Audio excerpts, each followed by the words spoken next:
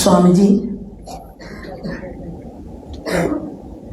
ഈ ആധ്യാത്മികമായിട്ടുള്ള നവോത്ഥാനത്തിൽ ഭാഗധേയം വഹിച്ചുകൊണ്ട് നാരായണീയത്തോടൊപ്പം യാത്ര ചെയ്യുന്ന മഹത് വ്യക്തികൾ, എൻ്റെ മുന്നിലുള്ള സ്നേഹനദികളായിട്ടുള്ള അമ്മമാർ, ഏവർക്കും ഹൃദയപൂർവ്വം നമസ്കാരം.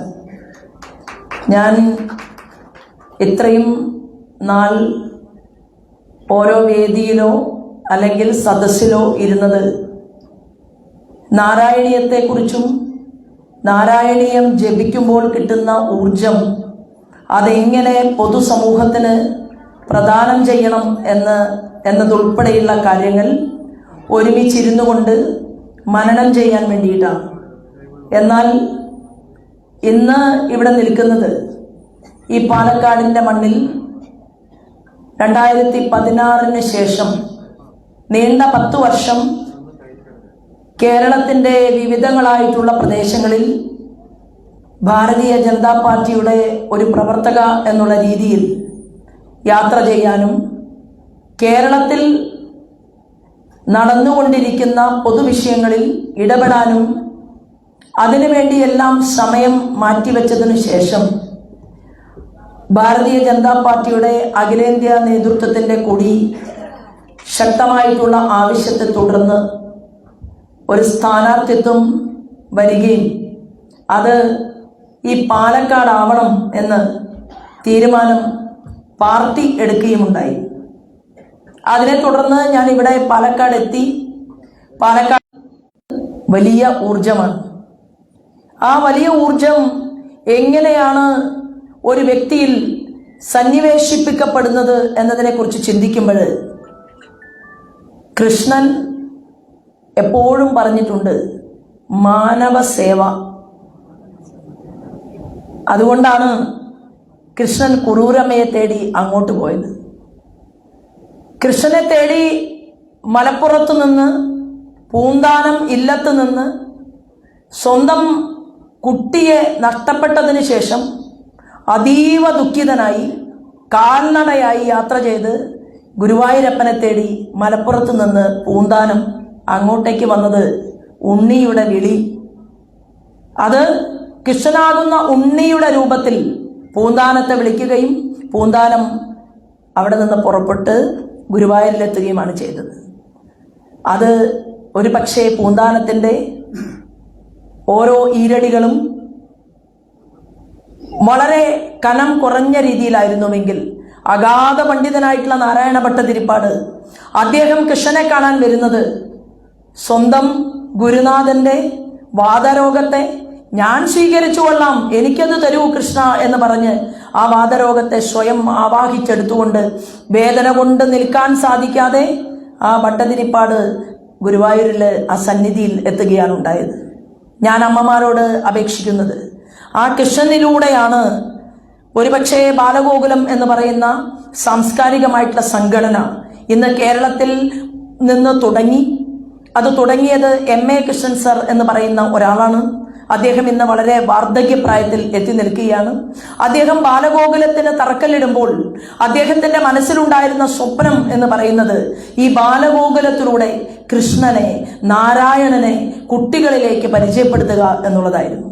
ആ ബാലഗോകുലത്തിന്റെ ഒരു ക്ലാസ്സിൽ ഞായറാഴ്ച ദിവസം ചൊല്ലുന്ന പ്രാർത്ഥനയുണ്ട്. ആ പ്രാർത്ഥനയിൽ ഇങ്ങനെയാണ് പറയുന്നത്: കരുണാമുരളീധാര മനസ്സി നിറയ്ക്കുക കണ്ണ, ഗോകുലമണിയും മണിയും നീയേ, ഗോപികാഹൃതി നിനവും നീയേ, വൃന്ദാരണ്യ പൂക്കളിൽ നിറവും മണവും മധുവും നീയേ എന്ന് തുടങ്ങുന്ന ആ ഗാനം, ഗോകുലഗീതം പാടി വളർന്ന് ഞാൻ വന്നെത്തിപ്പെട്ടത് ഭാരതീയ ജനതാ പാർട്ടിയുടെ ചുമതലക്കാരിയായിട്ടാണ്.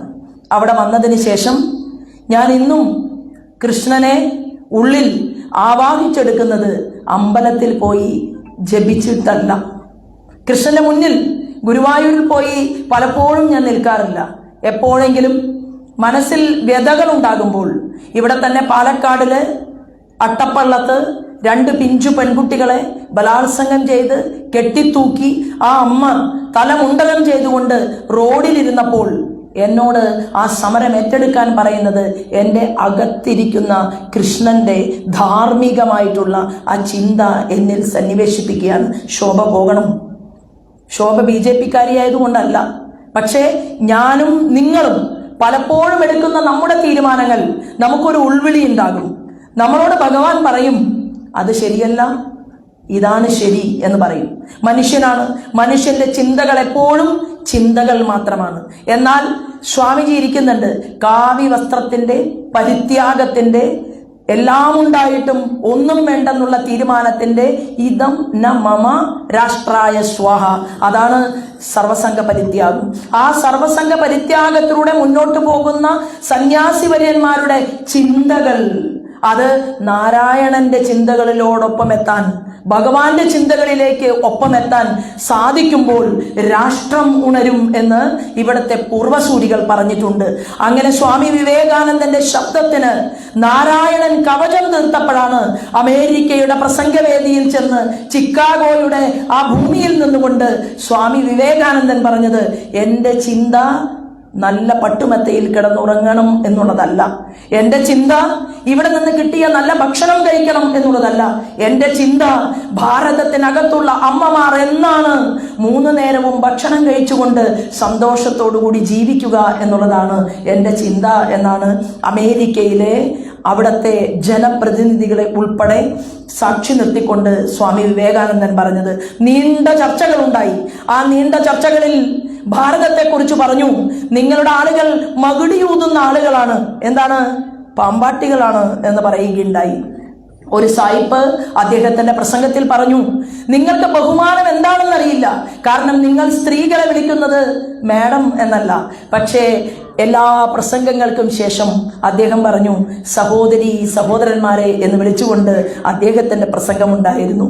ഇത് തന്നെയാണ് ഗോപികാഹൃതി നിലവും നീയേ എന്ന് പറഞ്ഞുകൊണ്ട് കൃഷ്ണൻ ഓരോ അമ്മയിലും ഓരോ സ്ത്രീയിലും സുഗന്ധം നിറച്ചുകൊണ്ടാണ് കൃഷ്ണൻ അവതരിച്ച് ഓരോ സ്റ്റെപ്പുകളും വെച്ച് കൃഷ്ണൻ പിന്നീട് നമ്മൾ കാണുന്നു അല്ലെ, ഉണ്ണിക്കണ്ണന്റെ ചില കാര്യങ്ങൾ പരിശോധിച്ചു നോക്കിയാൽ അത് കഴിഞ്ഞ് മഹാവിഷ്ണുവായിട്ട് നിൽക്കുന്ന ഭഗവാനെ നമ്മൾ കാണുന്ന സമയത്ത് അവിടെ മഹാവിഷ്ണു വേറൊരു രൂപത്തിലാണ്.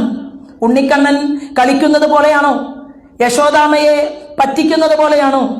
വായ് തുറന്ന് നീ മണ്ണ് തിന്നിട്ടുണ്ടോ കണ്ണ എന്ന് ചോദിച്ച സമയത്ത് അമ്മയൊന്ന് നോക്കൂ എന്ന് പറഞ്ഞ് വാ തുറന്നു കൊടുത്തപ്പോ 14 ലോകങ്ങളും അമ്മയ്ക്ക് കാണിച്ചു കൊടുക്കുകയും അമ്മ മോഹാലസ്യപ്പെടുകയും ചെയ്തു എന്ന് പറയുന്നുണ്ട്. പക്ഷെ പിന്നീട് നമ്മൾ കാണുന്ന ആ കുരുക്ഷേത്ര യുദ്ധഭൂമിയിലെ കണ്ണൻ അതാരാണ്? ധർമ്മത്തിന് വേണ്ടി നിൽക്കുന്ന ആളാണ്. അവിടെയാണ് കൗരവന്മാരും പാണ്ഡവന്മാരും ഒരുമിച്ച് കൃഷ്ണനെ കാണാൻ ചെല്ലുകയും ഒരാൾ കാൽത്തലയിലും ഒരാൾ തലയ്ക്ക് മുകളിലും ഇരിക്കുകയും ചെയ്തതിനു ശേഷം കൃഷ്ണൻ ഉറങ്ങുകയാണോ? മഹാവിഷ്ണു ഉറങ്ങുകയാണോ? അല്ല, മഹാവിഷ്ണുവിന് എല്ലാം അറിയാം അല്ലെ. എല്ലാം അറിയുന്ന ഭഗവാൻ ചിരിക്കുകയായിരുന്നു ഉള്ളിൽ. എന്നിട്ട് കൗരവ പ്രമാണിയോട് ചോദിച്ചു, എന്താണ് വേണ്ടത്? കൗരവ പ്രമാണി പറഞ്ഞു, എനിക്ക് അക്ഷൗഹിണിപ്പടകൾ ഉൾപ്പെടെ എല്ലാ പടകളും വേണം, സേനാനായകന്മാരെ മുഴുവൻ വേണം, എനിക്ക് ഈ യുദ്ധത്തിൽ ജയിക്കണം കൃഷ്ണ എന്നാണ് പറഞ്ഞത്. അപ്പൊ കൃഷ്ണൻ തഥാസ്തു എന്ന് പറഞ്ഞു, എല്ലാം കൊടുക്കാൻ തീരുമാനിച്ചു. പാണ്ഡവ പുത്രനോട്, ധർമ്മിഷ്ഠനായിട്ടുള്ള ധർമ്മപുത്രനോട് ചോദിച്ചു, നിങ്ങൾക്ക് എന്താണ് വേണ്ടത്? അപ്പൊ അവിടെ പറഞ്ഞു, എന്താണ് പറഞ്ഞത്? ഞങ്ങൾക്കൊന്നും വേണ്ട, അക്ഷൗഹിണിപ്പടയും വേണ്ട, കാലാൾപ്പടയും വേണ്ട, കുതിരയും വേണ്ട, ആനയും വേണ്ട. കൃഷ്ണ പാർത്ഥസാരഥേ, അങ്ങ് ഞങ്ങളോടൊപ്പം ആ തേർത്തട്ടിൽ യുദ്ധഭൂമിയിൽ ഉണ്ടായാൽ മതി എന്ന് പറഞ്ഞ ആ പഞ്ചപാണ്ഡവന്മാർ കുറച്ചായിരുന്നു. അവരുടെ കൈകളിൽ ഒന്നും ഉണ്ടായിരുന്നില്ല. വസ്ത്രാക്ഷേപം ചെയ്യപ്പെട്ട പാഞ്ചാലിയുടെ ദുഃഖവും ദുരിതവും ഹൃദയത്തിൽ ആവാഹിച്ചുകൊണ്ട് ആ സ്ത്രീയുടെ വേദന ഉൾക്കരുത്താക്കി മാറ്റിക്കൊണ്ട് ഈ സർവസംഘ പരിത്യാഗത്തിന്റെ സനാതന ധർമ്മത്തിന്റെ ഭൂമിയിൽ ആ കൗരവപ്പടയുടെ മുന്നിൽ പഞ്ചപാണ്ഡവന്മാർ ഉണർന്നെണീറ്റത് സാക്ഷാൽ ഭഗവാന്റെ ദൗത്യം കൊണ്ടാണ്, ചിന്ത കൊണ്ടാണ്. അർജുനൻ തേർത്തട്ടിൽ തളർന്നിരുന്നപ്പോൾ സാക്ഷാൽ ഭഗവാൻ പറഞ്ഞു, എന്താണ്? എണീക്കണം, ഇങ്ങനെ ഇരുന്നാൽ നാടും നഗരിയും ഇല്ലാതായി പോകും, നീയും ഇല്ലാതായി പോകും. അർജുനൻ പറഞ്ഞു, എന്താണ്? ഏറ്റവും ആദ്യം ആ ഭഗവത്ഗീതയിൽ പറയുന്നത് ഇങ്ങനെയാണ്: ധർമ്മക്ഷേത്രേ കുരുക്ഷേത്രേ സമവേദായുയുത്സവ മാമക പാണ്ഡവാശ്ചൈവ കിമകുർവത സഞ്ജയ ദൃഷ്ട്വാദു പാണ്ഡവാനീകം വ്യൂഢം ദുര്യോധനസ്തദാ ആചാര്യം ഉപസംഗമ്യ രാജാവചനം അബ്രവീത് എന്ന് തുടങ്ങുന്ന ശ്ലോകങ്ങളിലൂടെ സഞ്ജയനിലൂടെ ധൃതരാഷ്ട്രർ ഓരോ അംശങ്ങളും കൗരവപ്പടയുടെയും പാണ്ഡവപ്പടയുടെയും തന്റെ കർണപുടങ്ങളിലൂടെ ശ്രവിച്ചതിനു ശേഷം അവിടെ നടക്കുന്ന ഓരോ കാര്യങ്ങളിലും അദ്ദേഹം ചിന്തിച്ചത് എന്തായിരുന്നു? രാജ്യത്തിന്റെ നന്മയായിരുന്നില്ല. എന്താ ചിന്തിച്ചത്? അദ്ദേഹത്തിന്റെ മനസ്സിനകത്തേക്ക് കടന്നു വന്നത് ധർമ്മത്തിന്റെ അപ്പുറത്ത് നിൽക്കുന്ന സംഗതികളായിരുന്നു. ഞാൻ ദീർഘമായിട്ട് പ്രസംഗിക്കുന്നില്ല. ആ കൗരവപ്പടയും പാണ്ഡവപ്പടയും ഇന്നും ഈ അഭിനവ ഭാരതത്തിലും നിലനിൽക്കുകയാണ്. അങ്ങനെ നിലനിൽക്കുന്ന ഭാരതത്തിൽ എന്റെയും നിങ്ങളുടെയും പെൺകുട്ടികൾക്ക് ദുഃഖമുണ്ടാകുമ്പോൾ, നമുക്ക് അർഹതപ്പെട്ടത് കിട്ടാതിരിക്കുമ്പോൾ, നമ്മൾ ഒരുമിച്ച് ചേർന്നുകൊണ്ട് നമ്മൾ നാരായണീയം ജപിക്കുമ്പോൾ, ഡോക്ടറേറ്റ് എടുത്ത ഒരാൾ ചോദിക്കുകയാണ്, ഈശ്വര വിശ്വാസിയല്ലാത്ത ഒരാൾ ചോദിക്കുകയാണ്, സാക്ഷാൽ കൃഷ്ണൻ ഉണ്ടോ? കൃഷ്ണനെ നിങ്ങൾക്ക് കാണാൻ സാധിച്ചിട്ടുണ്ടോ?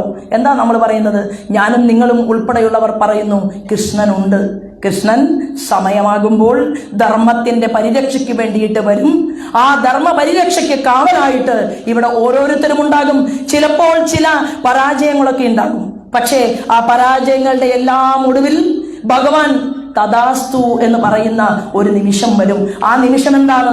ഒരുപാട് വസ്ത്രങ്ങൾ ഉണ്ടാകണമെന്നോ, ഒരുപാട് സ്വർണ്ണാഭരണങ്ങൾ ഉണ്ടാകണമെന്നോ, അല്ലെങ്കിൽ ഒരുപാട് സ്ഥലങ്ങളിൽ പൂജിക്കപ്പെടണമെന്നോ ഉള്ളതല്ല ഭഗവാൻ നമ്മോട് പറയുന്നത്.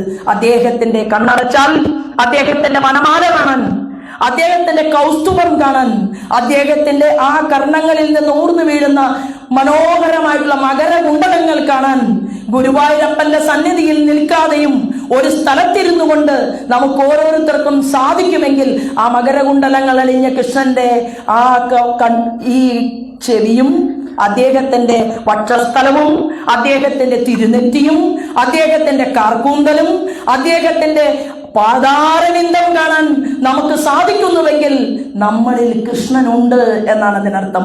ആ കൃഷ്ണനെ മറ്റുള്ളവരിലേക്ക് പകർന്നു കൊടുക്കാനുള്ള ആയുധങ്ങളാണ്, ഉപകരണങ്ങളാണ് ഓരോ നാരായണീയ സമിതിയിലെയും കുടുംബാംഗങ്ങൾ എന്ന് തീരുമാനിക്കുമ്പോൾ നിങ്ങളുടെ ഉള്ളിലുള്ള കരുത്തിനെ നിങ്ങളുടെ അനുജത്തിയായിട്ടോ ചെറിയ ആളുകളുടെ അമ്മയായിട്ടോ ശോഭയ്ക്ക് പകർന്നു തരണം.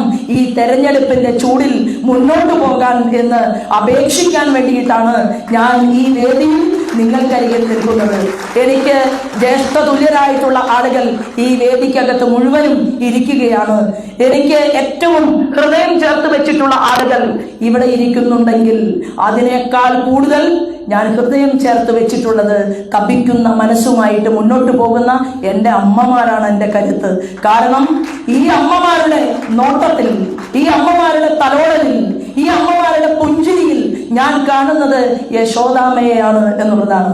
കൃഷ്ണന് വേണ്ടി നിങ്ങൾ നാരായണീയം നമുക്ക് വേണ്ടി ജപിക്കുമ്പോൾ അവിടെ എല്ലാം കടന്നു വരും. അങ്ങനെ നമ്മൾ ഇങ്ങനെ ജപിക്കും: സർവേ വിസുവിന സന്തു സർവേ സന്തു നിരാമയ സർവേ ഭദ്രാണി പശ്യന്തു മാ കശ്ചിത് ദുഃഖമാപ്നുവേദ് എന്നുള്ള ആ മംഗളശ്ലോകവും നമ്മൾ ജപിച്ചുകൊണ്ട് ഈ നാരായണീയത്തിന്റെ മഹത് കർമ്മം കൂടുതൽ കൂടുതൽ വീടുകളിലേക്ക് എത്തട്ടെ എന്ന് ആഗ്രഹിച്ചുകൊണ്ട് അനുഗ്രഹിക്കണമേ എന്ന് പ്രാർത്ഥിച്ചുകൊണ്ട് ഞാൻ എൻ്റെ വാക്കുകൾ നിർത്തുന്നു.